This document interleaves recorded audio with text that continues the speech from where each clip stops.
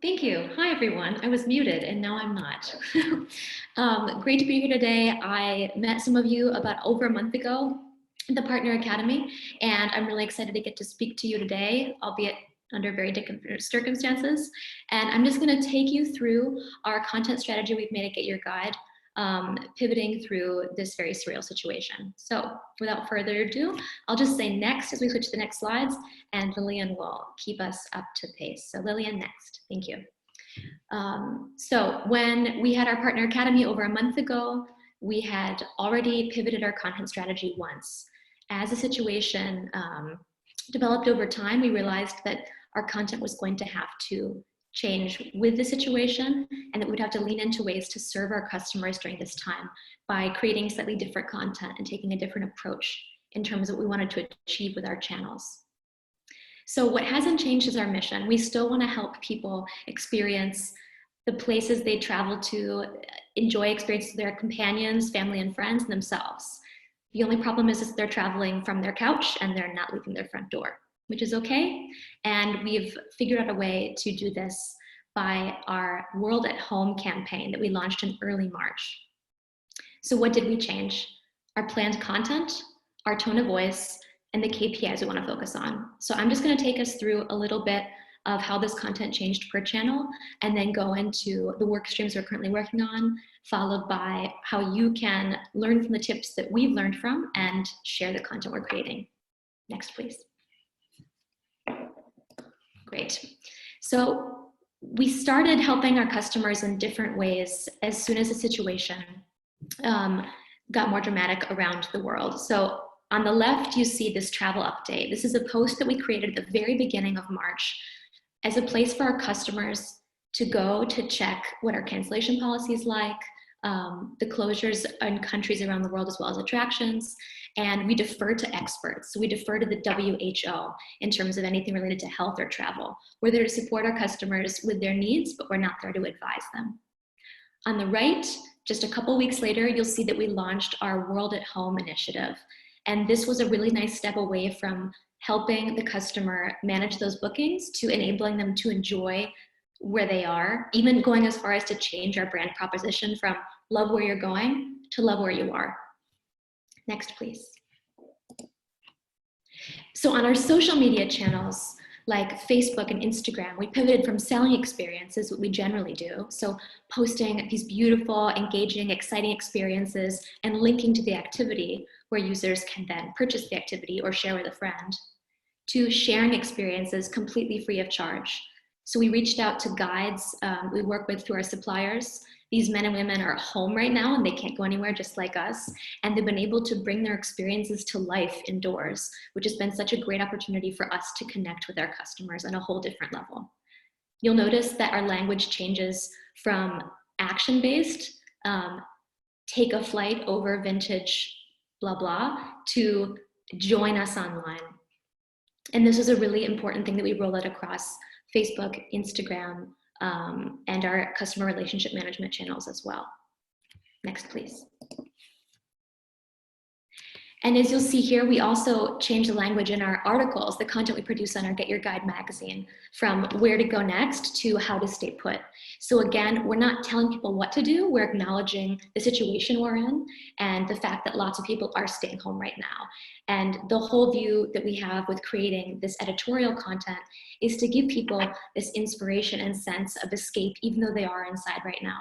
And even though their longest trip is probably from the couch to the fridge. Next, please. So as I've said, our brand goal remains the same. We still want people to have access to incredible experiences, even though they can't travel right now.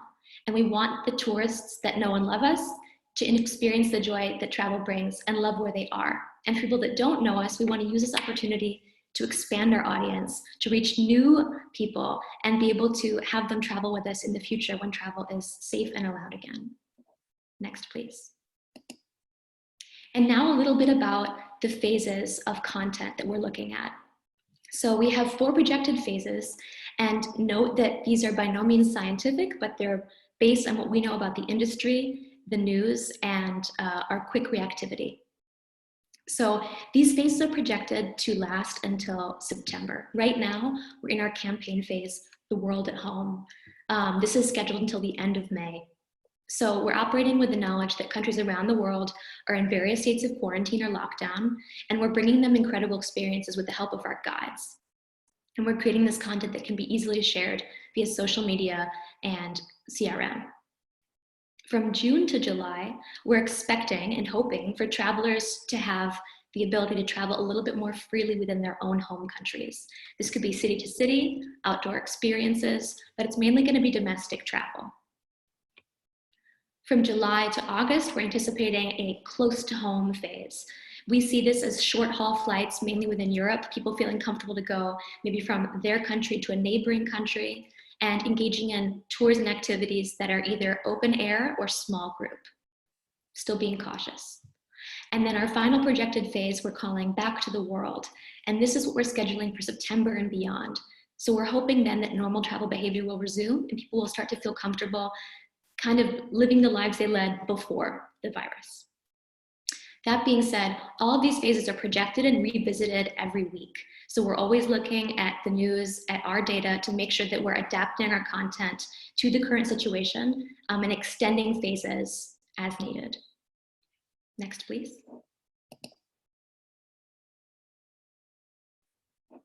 Oh, we skipped one. Can we go back? Thank you. So I believe that you were given a little bit of an overview of the content we're creating last week, but just to have it all in one place and to repeat it here for everyone who's joined us today, we're creating content around the idea that we're bringing incredible experiences into people's homes. That's what the whole premise of the world at home is. So our central pieces of content, I should say, are focused on virtual tours, activities, and attractions. And then we have supporting work streams, we're calling them, of magazine articles, virtual activities for children, because lots of us are at home with kids or know someone who is, and that's a whole different ballgame. And lastly, guide stories or Ask Me Anythings. And these are more for social channels. So we're sharing this content across Facebook Live and Instagram Live. And after these go live, we later upload them to our YouTube channel where they'll live in permanence. And this makes it really easy for friends, family, yourselves to share them to your networks and be able to spread the content further and let people know if they've missed something that they can enjoy it at any time. We also include these video experiences that are uploaded to YouTube in bi-weekly CRM customer newsletter roundups. Next, please. Thank you. Okay, and so you're probably wondering in the past couple of weeks since we've launched this campaign, what we've learned so far. Well, I can tell you that the audience is very much captive, pun intended, nobody can go anywhere, which means that people are really excited to engage with the content we're putting out there. They like participating in the lives, they're happy to share the video content that we put out there, and they feel really connected, not just to the guides who are opening their homes to us, but to each other. And so this has been a really positive learning that reinforces that we're doing the right thing and that we're continuing to bring a bright spot to our customers' days, even though they're stuck inside right now. But to go into a bit more of our technical initial learnings, we realized a couple of things. So we spoke with some external partners and realized that teasing our content across all channels before launch really does a good job of encouraging followers to tune in at the correct time and date. So if you have a live video scheduled on Instagram, for example, it makes sense to let people know on Facebook too, not just Instagram, to get them all to come to the channel that you want them to come to. Secondly, we find that promoting the content that lives on YouTube across all channels encourages views and expands channel reach organically. So last week we had a virtual tour of an attraction of the Vatican with one of our wonderful originals guides, Elena. And we initially launched this on YouTube, and now that we've shared it after it went live on Facebook, it's gotten a lot more organic views and it's really spreading to our audience, and it's a great way to amplify those effects. And lastly, a really great learning that can definitely be applied to your work if you choose to make videos is that pre-recording these live streams, while it sounds a bit unintuitive because it's supposed to be a live stream, pre-recording them is possible and advised. We've found that when we work with our guides and pre-record the experiences, we can save a lot of time in post-production, make sure the guide feels comfortable, and keep that really nice, clean and tight and highly produced video. So that was definitely a great takeaway that we've learned in the past couple of weeks. Next, please. Thank you. And so based on those learnings and our experience in the past couple of weeks, we also have new goals and new ways of measuring those goals. So as you can imagine, and I'm sure as you also have done, we focused a lot on conversion in the past. It was really important to make sure that our customers knew that they could purchase these experiences and enjoy them on their next vacation. This was done across all media channels, and it was also a part of our CRM goals, in addition to traditional brand awareness. Now, with the current state being what it is, our core objectives have changed a bit. So the first is engaging with our audience and staying top of mind as a brand, building this audience now and keeping them for later. Our second is supporting suppliers and partners like yourself so they can share this content, provide valuable and interesting things to entertain, educate, and inspire their communities during this time period. And lastly, building a new audience for the inevitable upswing, because while things are tough right now, it's not going to last, and we can all do our part to be ready for when people want to travel again and are more than ready to spend their time with us on experiences. And lastly, what we have planned, what you can use, what you can share. We have 30 new magazine articles that are either 75% of those are live right now, and the remaining percentage are in production. These live on Get Your Guide magazine. You can share any of these to your channels, include them in your newsletters. More than happy to have that done. We're going to be hosting live trivia / Ask Me Anything sessions with guides and partners of ours in the social media sphere on Instagram Live. We'll have virtual attractions tours and virtual activities with our guides twice weekly. Now, a lot of these things are planned the week of, and we're working out rolling a schedule further into the future where this can all be shared and looked forward to. We'll have a landing page coming in a week's time where you can reference them to know the schedule. And as I said earlier, all video content we create will be hosted on YouTube. In terms of the content we have planned, we will be reassessing all of it on a weekly basis and making sure our direction is on point every 2 weeks so that we can adapt to the situation as it comes. Okay, and when planning your content strategy, so based on what we've learned, what can you do to share with your communities and keep them engaged during this time? So the first point is something that we're doing as well, making sure your content is grounded in your product, making sure that an article you create or a video you post has value 3, 6, 12 months into the future. The second point is tweaking existing content to make it suitable for the current situation. So if you have an article or a video that performs very, very well, think about how you can have a more stay-at-home angle or a dreaming phase angle to be tweaked in right now to reshare this and then amplify your audience that way. Next, we'd say be sensitive to the current situation and the different realities your community might be experiencing right now. A lot of you, as we do, have readers from all around the world, and a situation in one country might be vastly different than another, which means that while it's tempting to say, oh, we wish we were traveling right now, it can come across as unaware of the severity of the situation. So it's a lot better to just say, we know that you're staying home right now and being safe. Here's something to inspire you while we wait. This kind of goes toward the fourth point, which is help your audiences dream. Half the fun of vacation is in planning. Our customer research shows this. Content around planning and getting excited and making the perfect vacation is a great way to connect and definitely something to invest in. Number 5, share our content to increase your authority. Is always a nice way to split those videos forward that are very high production value with you not having to do too much. And then lastly, stay flexible. The situation is changing at such a rapid rate, and we are all doing our best to make sure that we serve our communities with educational, inspiring, and interesting content that keeps them happy and aware of our brands during this time. And I turn it over to Dennis.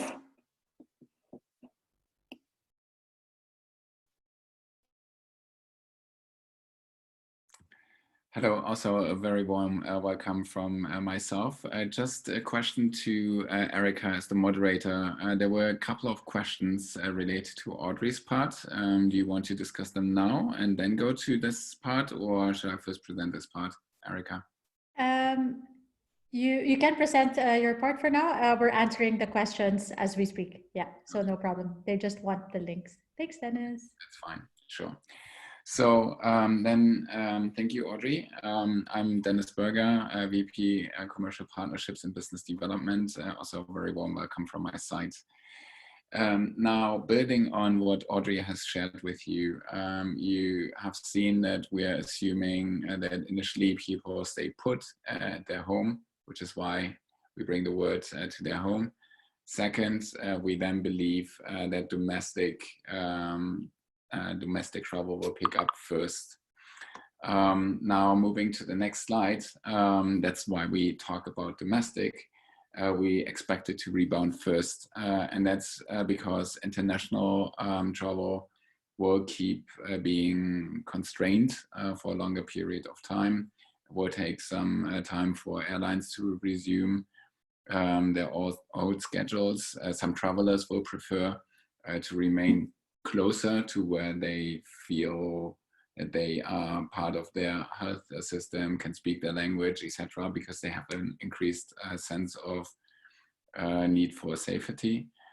And then secondly, we also see that actually domestic travelers have quite different travel patterns from international visitors, no matter how we look at it, whether we look at it by the type of activity that they do, what type of city they visit. And so we wanted to make you aware that there are differences, want to make you aware that we believe that domestic travel is picking up first. And on the next few pages, I will be doing the following things. First, I will be showing you that we have such differences across different countries, and that we will use the US, Germany, and the UK as an example. And it's not so much about the specific information that I'm showing you, it's just the key takeaway. Domestic travel is different from international travel. We will then get into summarizing the key differences, and more importantly, share with you what we are planning to share upon request with you, so that you know what kind of data you could expect to get from us if you raise a hand and are interested. So moving on, starting with US, you will see for US, Germany, and UK always a breakdown by city and a breakdown by category.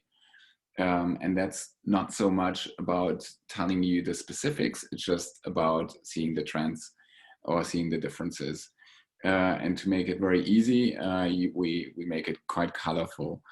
So you always will see the domestic travelers, in this case, domestic US travelers versus international travelers to the US. And what you see at first sight is that different cities have different weights. And you generally can say that domestic travelers, they're visiting more cities. They are also visiting smaller mid-tail type of cities. In this specific case, you see especially a difference in Chicago and New Orleans between domestic and international. Looking at the categories on the next page, you again see that there are quite some substantial differences between the type of categories or the type of tours and activities that domestic and international travelers do. Generally speaking, you can say that international travelers, they tend to have a higher, the domestic travelers, you see their activities spread quite across the different categories, and in the international, you see a higher concentration around city cards. So basically them attempting to do more things at the place in one go. and also having a higher share of day trips, which they are then typically doing from this place where they're staying as a hub. And you will now see exactly the same type of trends also illustrated for Germany and the UK.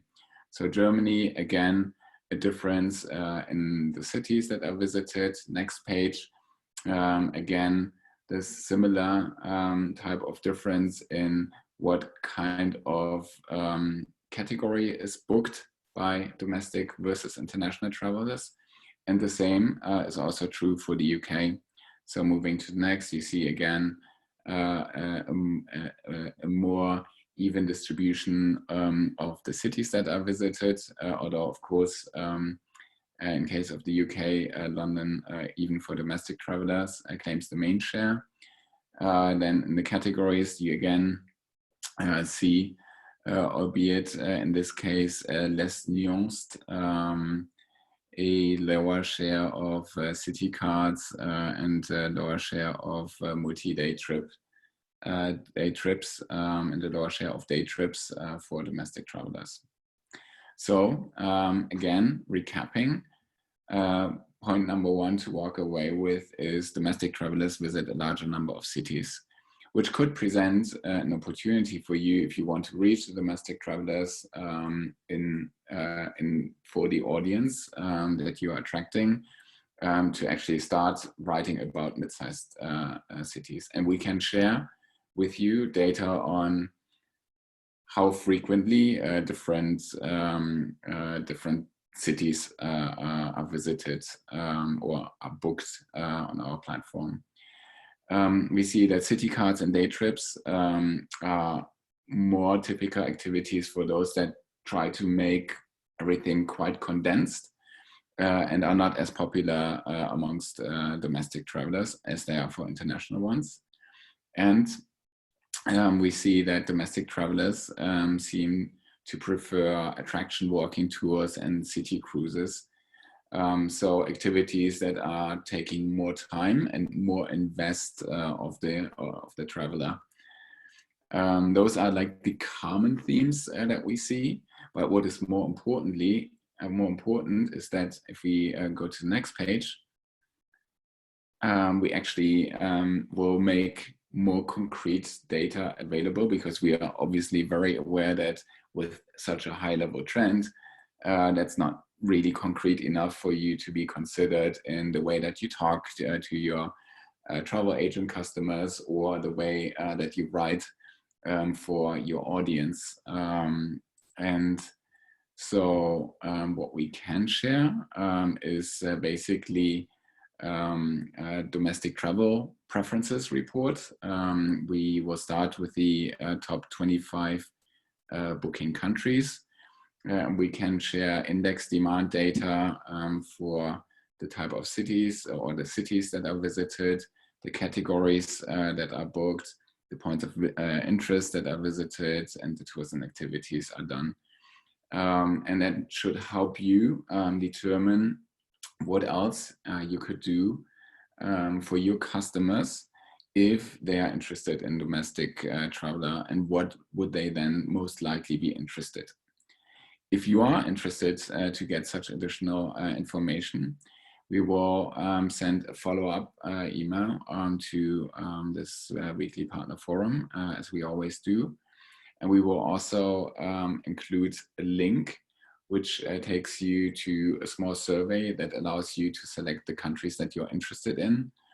And we will afterwards email you a download link to the report for the selected countries. We still need to figure out the details how exactly we do this, because we need to also manage the confidentiality of that data. But we will make data available to you, including index demand information for cities, categories, points of interest, and tours and activities. So that takes us to the last part, the Ask Me Anything question. So please ask your questions in the Q&A now. Thank you so much, Dennis, for that. So as Dennis mentioned, please don't forget to put your questions by using the Q&A icon below, and then upvote for any questions that that is similar to your questions. And Dennis, we can start answering some questions right now. I guess I could imagine this is one of the most asked questions right now, but from Tobias, can partners generate an income with virtual tours? So the virtual tours that we are offering are all free of charge. They are not monetized, and we currently do not plan to monetize them.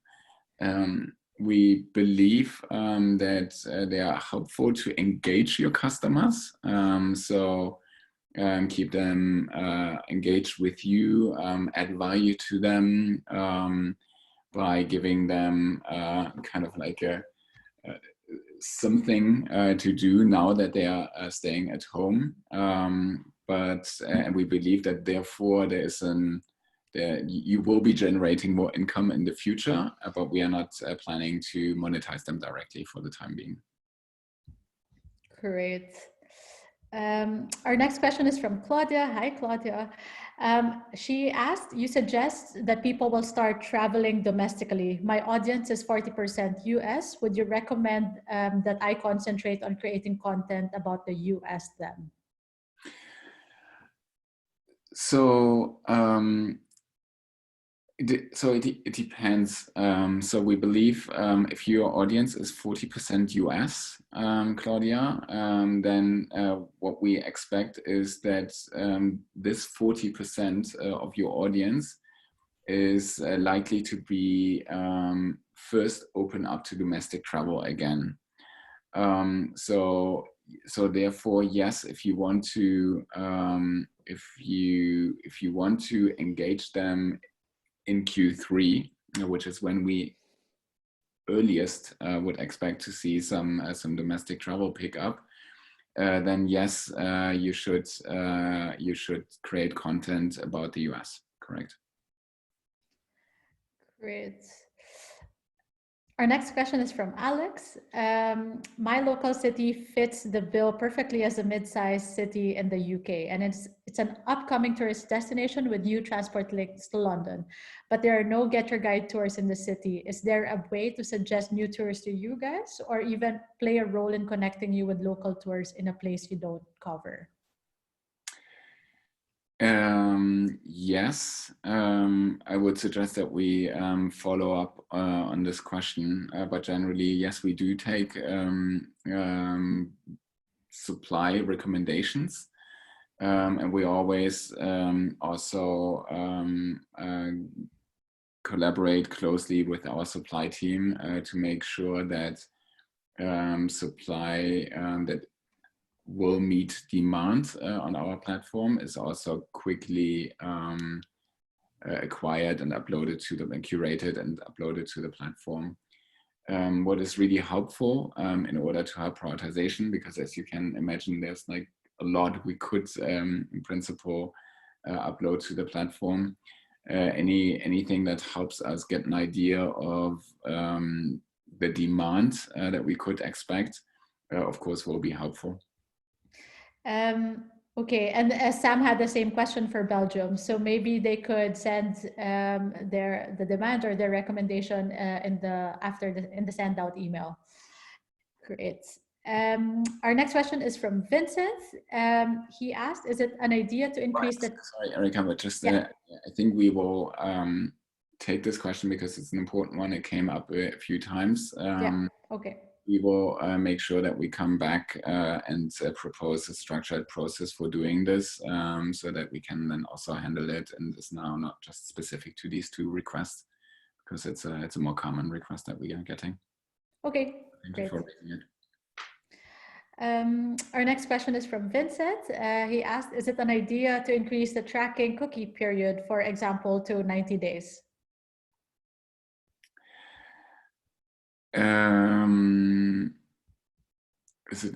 Yes, it's an idea.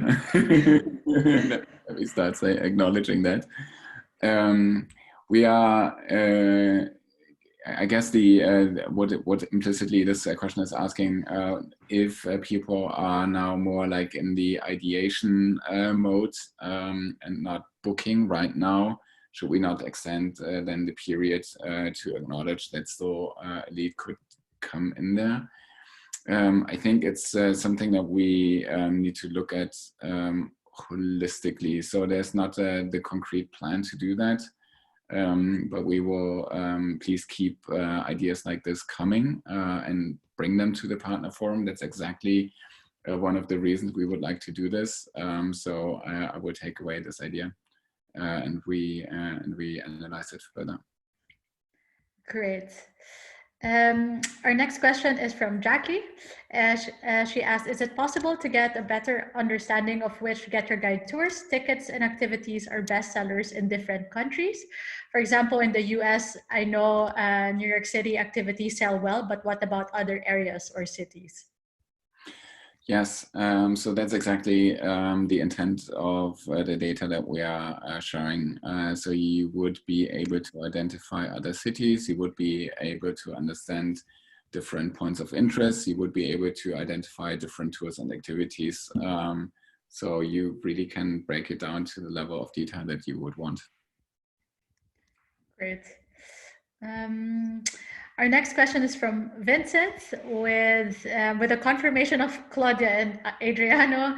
Today, I received a negative invoice from another ticket broker. In other words, I have to pay them because of all the cancellations. Can we expect this from Get Your Guide as well? No. As simple as that, no. Great. For the other partners, please, we still have a few minutes for questions, so please don't forget to ask your Q&A questions in the icon below. Our next question is from Mike. Are there any cities or destinations that still have attractions and tours open and where people are still booking tours and activities so that we know what we could push with content and on social?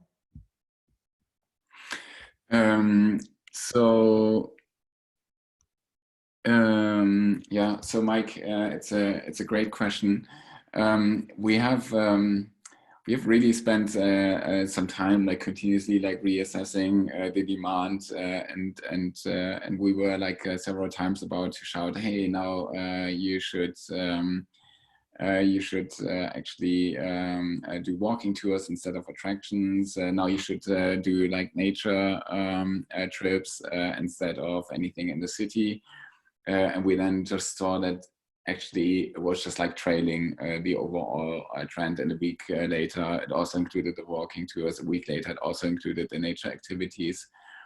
Right now, when we look at overall demand, we don't see pockets of demand that are big enough and systematic enough to be worthwhile to address them in content that is specifically created for that purpose and that concrete pocket of demand, because it vanishes after a very short time.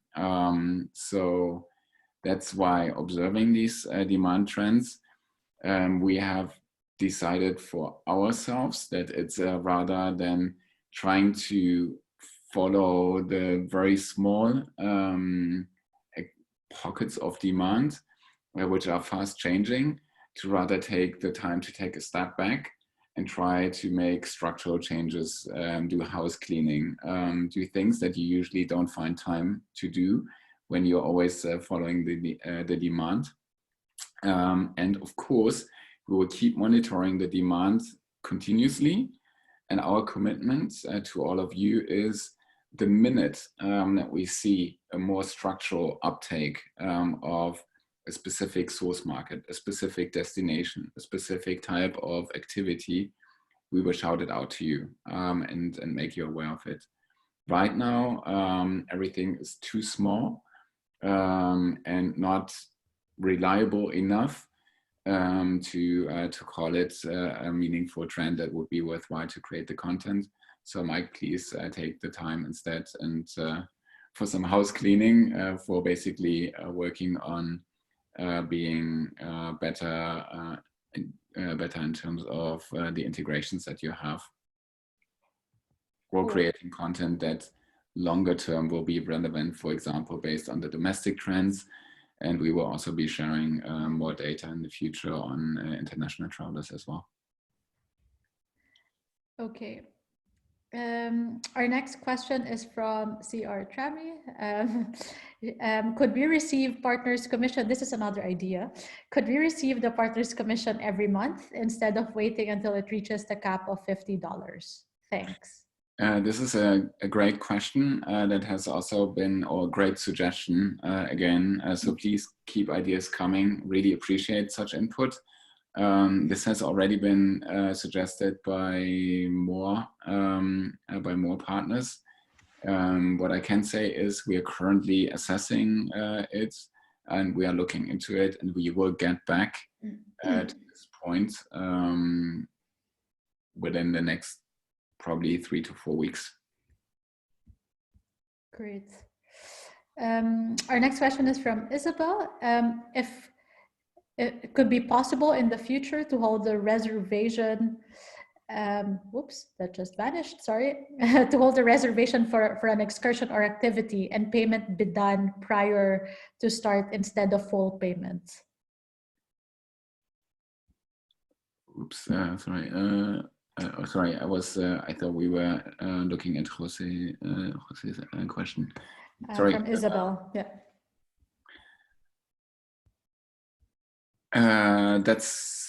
So let us take Isabel. Thank you for this question. I'll take it away and we get back to it later. Okay, we will save that. From Jose, do you have any suggestions for other online sources of information on these trends in the domestic markets of each country? We were not planning to include anything in this follow-up email, but that's something that we could probably also share. So let us also take away the idea. Thank you for sharing the idea. Yep. Again, if you have any more questions, please don't be shy, don't hesitate. This is your chance to pick Denis's brain. So just keep your questions coming in the Q&A icon below. Our next question, well, thank you, Anton, but our next question is from Sarah. I hope I'm not butchering your name. Can partner commission be used to book tours instead of receiving it in our account? Another idea right there. Well, I guess yes, you could, but then you could just as well pay then out the partner commission. So I think this, but let us take away the idea. Yes. All right. So that's actually our last question. Maybe we could wait a little bit, maybe give it a minute or two, and maybe some of our partners still have some questions. Maybe while there are no questions, let me already thank you for the amount of suggestions and questions that you keep giving us. They're really, really helpful. And while I may not always be able to answer them on the spot, what I do commit is that we are really reviewing them all. And we will always be considering every single question and suggestion. In many cases, it then actually requires some analysis, etc., before we can really get back to it concretely. But we are absolutely committed to doing so. So please keep them coming. Great. I don't think, oh, there, all right. From Constantine, have you considered doing Get Your Guide YouTube videos as a new marketing channel?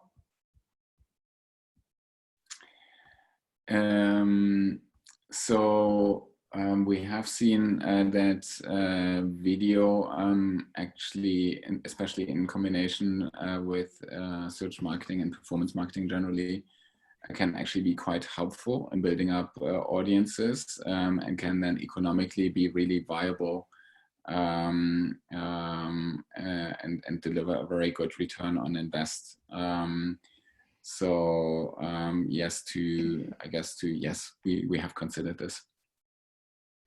Yeah. Great.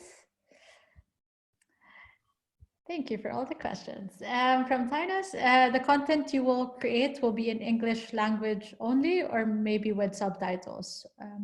Can I, Audrey, do you want to pick up this question? Yeah. You're mute.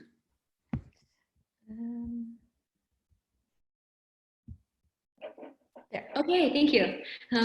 We are initially creating all of our content in English because we're speaking to a really wide global audience right now. The written content we're putting out will be in German and English, and we're looking into subtitling these videos that are produced in English in German to start with. But for now, our view is going to be mainly in English, just to reach as many of our community as possible. Great. Yeah, I should also say maybe because it's somewhat linked to this topic, we are also looking into whether it would make sense to have like some of these sessions specific for a segment, or some of these sessions also in a different language, to make it easier or more convenient for some of our partners. If this matters to you, then please also free to let us know. That would also be helpful feedback. Exactly. Any language suggestions or even time recommendations, let us know what is convenient for you so that we can also adjust to that. Another question from Mike. It would be good to have some insights into the device used for the conversion so we can see what we need to improve, such as another column in the analytics next to each booking saying desktop, mobile, web, or app. So this is another idea that we have. Okay. That's really great. Thank you for sharing, Mike. We will take it away, and it's a very good suggestion. Thank you. Yep. Do we have any other questions? Okay, from Constantine, would you be interested in offering tourist visas on GetYourGuide? I work for iVisa and we sell tourist visas. If you know an international tourist is booking a trip in a foreign country, they might need a visa.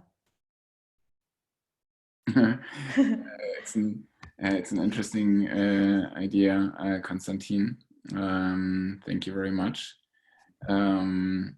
It's nothing I can answer on the spot, but we will look into it. Thank you. Yep.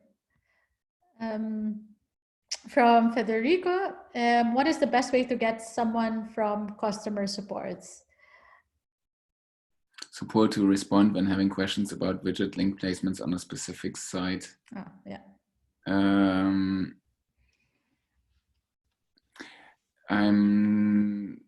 So Federico, I'm not sure why you're asking. So we have our support channel, and so far we have also always managed to keep our service level in terms of response times, etc. So my suggestion would be to use the support channel for this. If you have a concrete challenge in doing that, because of...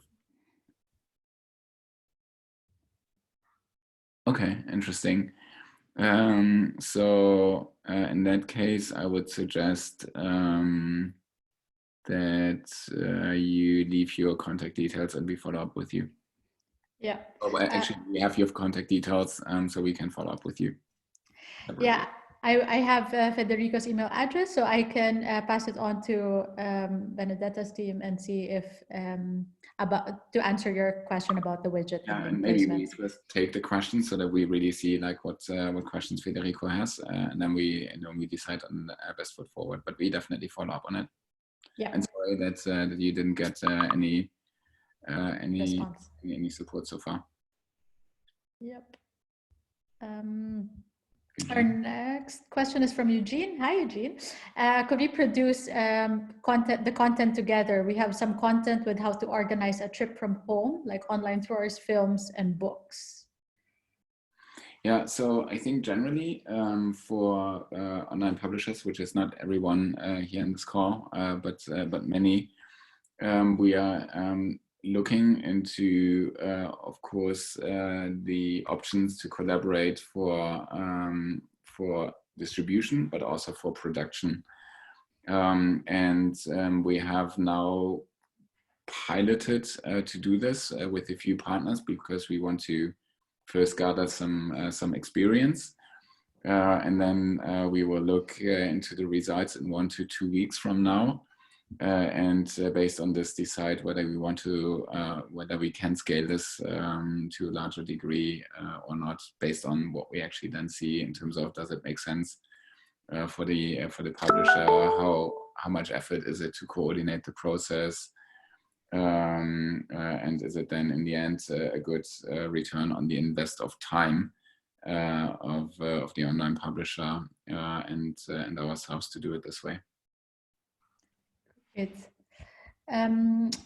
Our next question is from Emily. Hi, Emily. Any plans to offer customer discounts to incentivize bookings when things start to turn around, or even packages that bundle popular tours or experiences for a discounted rate? Well, of course, I think generally most industries are looking at discounts as a way to stimulate some demands.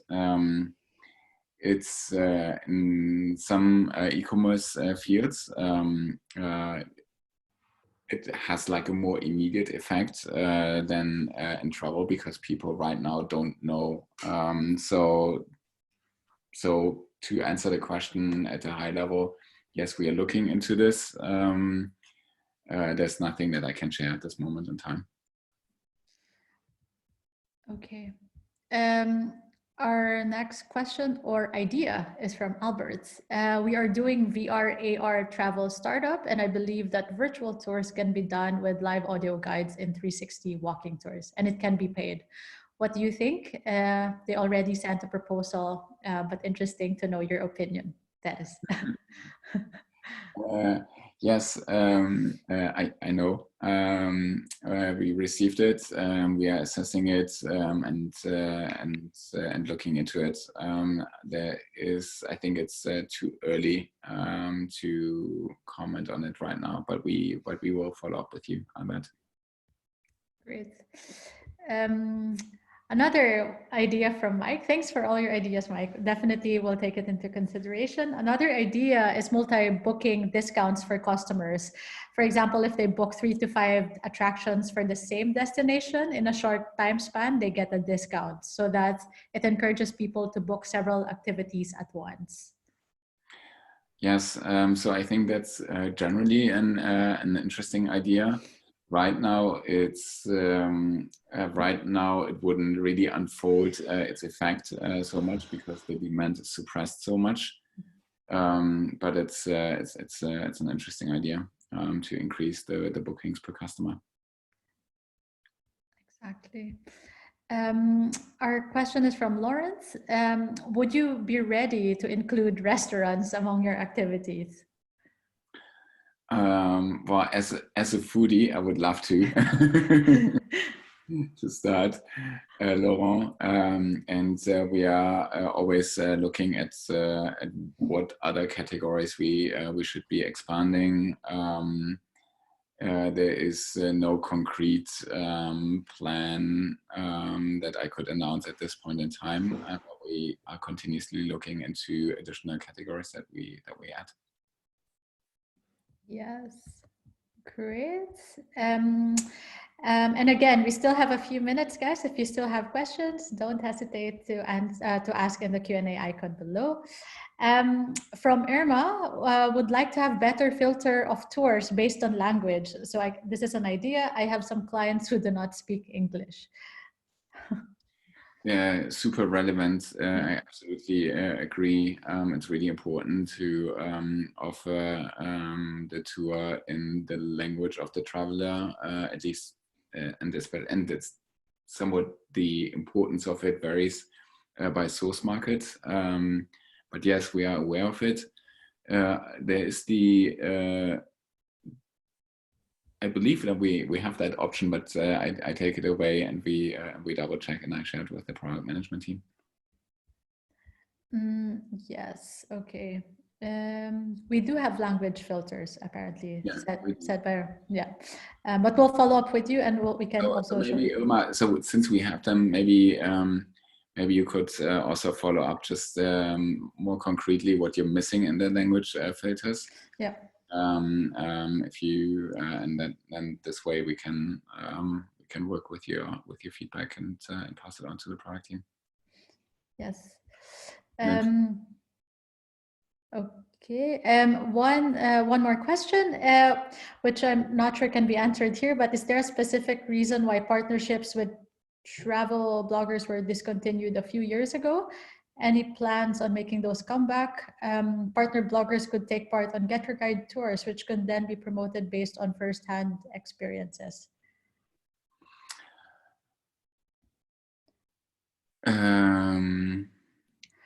Discontinued? I'm not really sure what you're referring to, Federico. I'm not aware that we discontinued partnerships with travel bloggers. It's one of the most important groups within the online publisher segment. So maybe I'm not understanding your question right. I think it's with sponsoring of tours. Maybe you could clarify your question, Federico, and we would love to answer them. Yeah, exactly. The sponsoring of tours. Okay, sponsoring of tours. Okay, I get it. And sponsoring of tours in terms of sponsoring the tour itself, just basically like invite, hey, try out our new GetYourGuide Originals tour, or like any other newly uploaded supply or something like that, I presume, right? Yeah, I think. So thank you for suggesting that. I think we do consider giving tour specific incentives. So yeah, idea taken. Thank you. Yeah. Lastly, maybe we can put this as our last question, if you don't have any other questions. From Anton, I would like to get some guides of alerts when new tours are available in my market. Is that possible?